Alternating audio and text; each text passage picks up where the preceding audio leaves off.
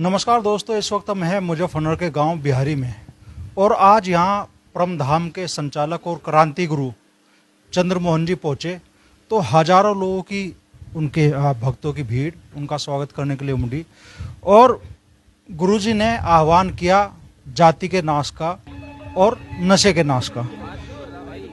पिछले कुछ समय पहले, कुछ साल पहले चंद्रमोहन जी ने एक बड़ा संगठन भी बनाया था किसानों की और मजदूरों के हकों की आवाज बुलंद करने के लिए। और आज की जो वर्तमान राजनीति है उसमें जिस तरीके से जाति और धर्म का जहर घोला जा रहा है, तो चंद्रमोहन जी की उस पर क्या राय है वो सारी मुद्दों पे आज चर्चा करेंगे। तो आप जहां भी जा रहे हैं, आप सबसे पहले कह रहे हैं जाति का नाश हो और नशे का नाश हो, क्यों ये उद्घोष आपने दिया है? हम ये मानते हैं कि फसल और नस्ल ये दोनों जो हैं एक किसान के लिए ज़रूरी है, लेकिन फसल तो हम फिर दोबारा अगर बिगड़ गई ठीक कर सकते हैं, लेकिन नस्ल पे ज़्यादा खतरा है। अगर हमने अपनी नस्ल को बचा लिया तो हम सब कुछ कर सकते हैं, हमने विजय प्राप्त कर ली। आज हमारी नस्ल पे खतरा है, हमारी नस्ल को नशे में डुबाने की साजिश है और नशे में डुबाने की और जाति के जहर उसके अंदर भरने की। ये दो खतरनाक खतरे हैं हमारी नस्ल पर। तो इसी का हम अभियान चलाते हैं। हमने 2020 में हिंद मजदूर किसान समिति नाम से एक संगठन का रजिस्ट्रेशन कराया था, इसी उद्देश्य से कि फसल से पहले नस्ल बचाओ। ये हमारा मूल उद्घोष है कि हम नस्ल को किस तरह बचाएं, क्योंकि हमने कई चीज़ें देखी हैं। जब हम पहली बार इधर क्षेत्र में आए थे तो मोरना से हम सुकरताल की तरफ जा रहे थे पैदल, तो लाहबाज गांव पड़ता। लाहबाज से पहले कुछ लड़के वहाँ नशा कर रहे थे। हमने पूछा ये सब लोग 5-6 लड़के क्यों बैठे हैं? नौका जी वो नशा कर रहे हैं वे। मैंने कहा क्या क्या इनके बारे में बताओ? नौका जी इन्होंने नशे के चक्कर में सारी ज़मीन बेच दी अपनी। फसल तभी तो करेंगे हम जब ज़मीन रहेगी हमारे पास। जब ज़मीन ही नहीं रहेगी हमारे पास तो फसल कहाँ करेंगे हम? इसलिए नस्ल बचेगी, ज़मीन बचेगी, ज़मीन बचेगी, फसल बचेगी। तो सबसे पहला काम है नस्ल बचाना। जो जाति का नाश आपने उद्घोष दिया है, इसके पीछे वजह क्या है? क्योंकि आज की तारीख में हम देख रहे हैं कि भाई हर समाज अपनी जाति की तरफ भागा जा रहा है और जातिगत हिसाब से संगठन भी अस्तित्व में आ रहे हैं और राजनीतिक जो चुनाव लड़े जा रहे हैं वो भी जातियों को ध्यान में केंद्रित करके कोई भी पॉलिटिकल पार्टी अगर टिकट भी दे रही है तो किस विधानसभा क्षेत्र में, किस लोकसभा क्षेत्र में कौन सी जाति प्रभावी है, किस जाति को टिकट देने से समीकरण क्या होंगे। तो जब राजनीति में भी जाति घुस गई, आप कैसे मान लो जाति का नाश जो आप कह रहे हैं कि समाज एक हो, कैसे संभव है आज के दौर में?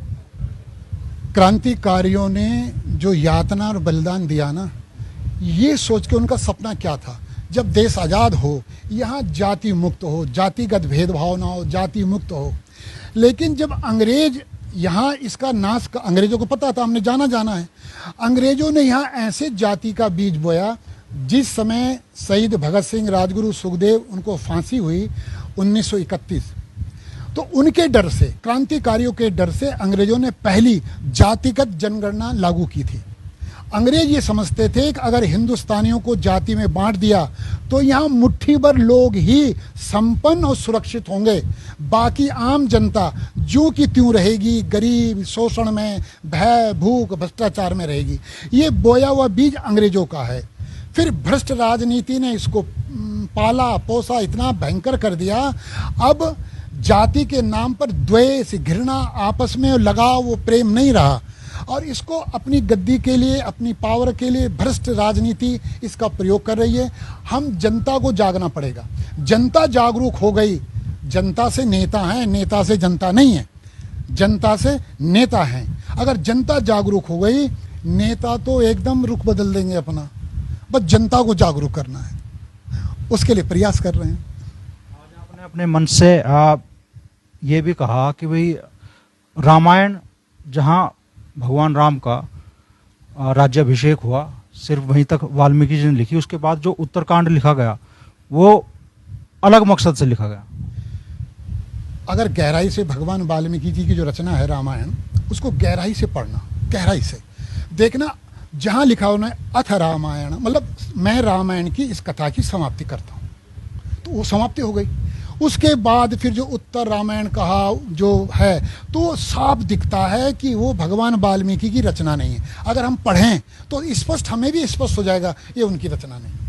इसलिए उत्तर जो हिस्सा है, उत्तरकांड का हिस्सा है, वो भगवान वाल्मीकि की रचना नहीं है। आप कह रहे हैं कि भाई जाति व्यवस्था थी नहीं, और उसका उदाहरण आपने दिया भाई शूद्र किसे माना गया, वो भी आपने विस्तार से बताया। थोड़ा सा हमारे जो दर्शक है उन्हें भी बताएं कि भाई शूद्र कौन है। आपने कहा भाई जन्म से हर व्यक्ति शूद्र है। हमारे यहाँ वेद का एक श्लोक है, सबने सुना होगा कि ब्राह्मणों मुखमा आसित, की परमात्मा के मुख से ब्राह्मण, बाहु से क्षत्रिय, पेट से वैश्य और कमर से नीचे शूद्र पैदा हुआ है। जितने भी हम मनुष्य हैं उनका जन्म स्थान कहाँ है? कमर से नीचे है। इसलिए मनु महाराज ने स्पष्ट कहा कि जन्मना जायेत शूद्रः, कि जन्म से सब शूद्र हैं, जन्म से सब शूद्र हैं। स्पष्ट है ये अगर ग्रंथ खोलेंगे, चाहे और भी ग्रंथों में, स्कंद पुराण में भी इसकी चर्चा है, मनुस्मृति में इसकी चर्चा है कि जन्म से सब मनुष्य शूद्र हैं। वैश्य बनना पड़ता है, अक्षत्रिय बनना पड़ता है, ब्राह्मण बनना पड़ता है, ब्राह्मण पद है, उस पद को प्राप्त करना पड़ता है। जन्म से तो हम सब शूद्र हैं, स्पष्ट हमारे ग्रंथों में है। अभी पिछले कुछ महीनों पहले एक विवाद छिड़ा जब एक यादव कथावाचक के साथ एक घटना हुई, और आपने कहा भाई संस्कार कोई हो या कोई भी कथा हो या इस तरह की चीजें हो तो कोई भी व्यक्ति कर सकता है, जाति विशेष से कराने की कोई बाध्यता नहीं है। तो जो विवाद छिड़ा था, क्या कहना चाहेंगे उस विवाद को? वो 100% राजनीतिक स्टंट, स्टंट होते स्टंट, ये सब राजनीतिक स्टंट था, प्री प्लान था कि इस तरह से इसको ऐसे किया जाए। ये सब राजनीतिक स्टंट है।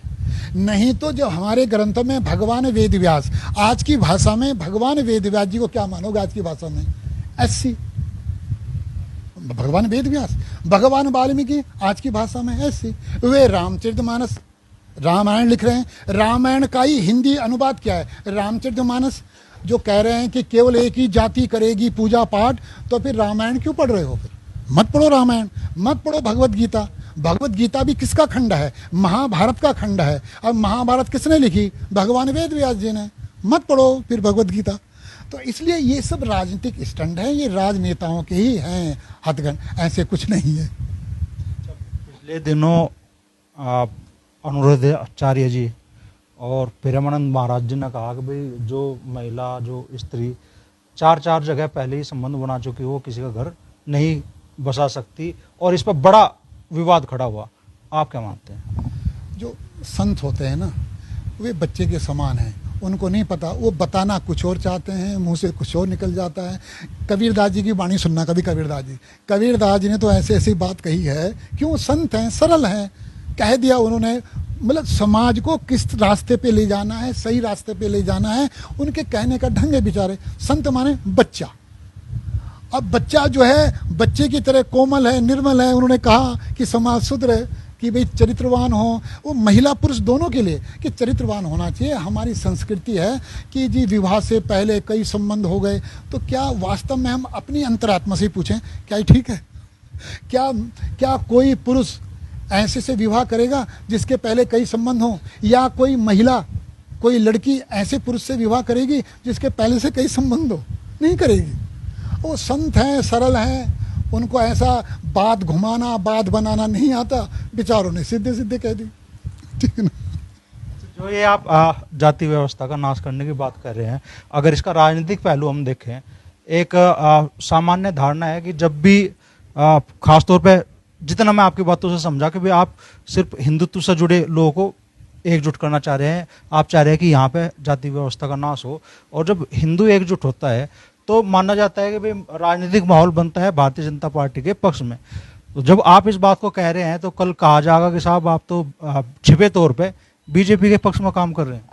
हम यही चाहते हैं, नेताओं के अंदर ये भैले, फिर कोई और भी बीजेपी को टक्कर देने के लिए हिंदुओं की पक्ष में रखने वाली और भी कोई पार्टी आए। यही तो हम चाहते हैं कि हिंदुओं के पक्ष में बात रखने वाली, क्योंकि ये बात है केवल हिंदू का पक्ष हम ले रहे हैं। क्यों ले रहे हैं? अगर हिंदू यहाँ बहुसंख्यक है, संविधान सुरक्षित है।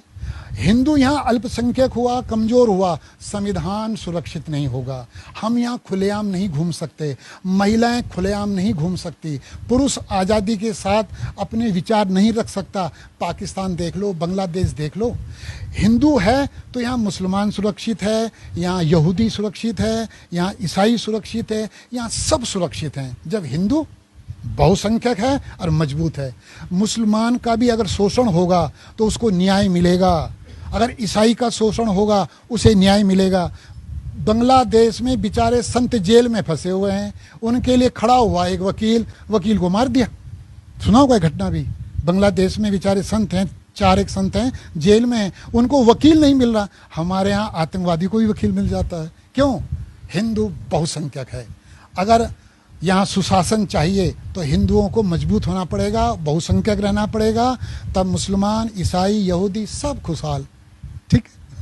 आपने एक और बात कही कि भाई नेता तो शादियां भी दूसरी जातियों में कर रहे हैं, लेकिन राजनीति का जहर घोल के लाभ उठा रहे हैं और बेवकूफ़ बना रहे हैं जनता का। जनता को यही तो समझना पड़ेगा कि जिन नेताओं के पीछे हम लगे हैं अंधे बन के जाति के नाम पर, उनका खुद का जाति के विषय में क्या सोच है, ये तो सोचना पड़ेगा ना जनता को। इसलिए मैं कहता हूँ जाति का लाभ केवल नेताओं को होता है, जनता को नहीं होता। हमने तो आपस में रहना है, एक गांव में रहना है। यहाँ SC हैं, OBC हैं, जनरल हैं, एक दूसरे का काम आते हैं, एक दूसरे के साथ रहते हैं, काम तो हमारे पड़ोसी आएंगे, ये नेता काम आएंगे हमारे। देख लो नेताओं की शादी विवाह संबंध किसके हैं, जाति नहीं मानते हुए। और गुप्त तौर पर सब जाति के नेता मित्र हैं आपस में, ऐसे मित्र नहीं जैसे बोलते क्या, गहरे घनिष्ठ मित्रता है इनके अंदर चुपचाप। और हम क्या कर लेते हैं, हम आपस में दुश्मनी, नफरत पैदा करते हैं।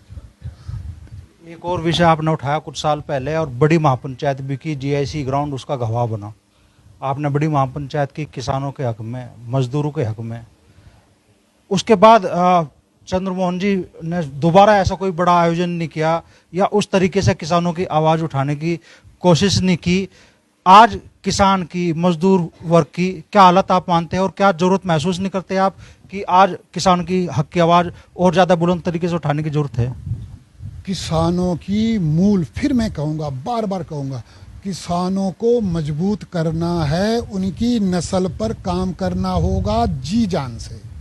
ये पंचायत वगैरह, इससे किसानों की नस्ल मजबूत करने का एक जागृति का माध्यम हो सकता है। मैदानी भूमि से जुड़कर किसानों की नस्ल को बचाना मूल उद्देश्य है। फसल को तो हम बचा लेंगे, फसल को बचाने में इतनी मेहनत नहीं लगेगी जितनी मेहनत लग रही है किसानों की नस्ल बचाने में। तो पूरी जी जान हम लगाते हैं किसानों की नस्ल।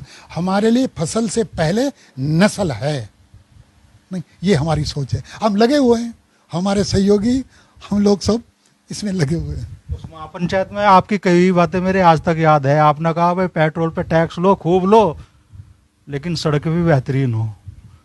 आपने बहुत सारे विषय उठाए थे, और जब सुने मैंने, मुझे लगा गुरुजी अब कुछ दूसरे ही अवतार में नजर आएंगे। क्यों, मतलब आप फिर अध्यात्म की तरफ चले गए, जो समाज के में एक जो दबा कुचला वर्ग है, वो चाहे किसान हो, चाहे मजदूर हो, कमेरा हो, उसकी आवाज़ उठाने की जो मुहिम आपने शुरू की थी, ऐसा लग रहा कि जैसे रास्ता कुछ आपने दूसरा पकड़। मूल तो हमारे दिल दिमाग में किसान, हमने कहा था किसान जो है ना, जैसे शरीर में श्वास जरूरी है, इसी तरह देश के लिए किसान जरूरी है। तो मूल तो 25 साल से हमारा टारगेट था कि किसान की नस्ल को बचाओ, किसी तरह नस्ल को बचाओ। हमने कहा रोड चलो, रोड गवर्नमेंट ने दी, पेट्रोल महंगा हुआ, रोड दे दी। चलो 10 घंटे बिजली दे दी जंगल में, ट्यूबवेल माफ़ कर दिया। इससे हम थोड़ा संतुष्ट हुए गवर्नमेंट के काम से कि अब 10 घंटे बिजली आ रही है गाँव में, खेतों में, और घरों में आ रही है 18 घंटे।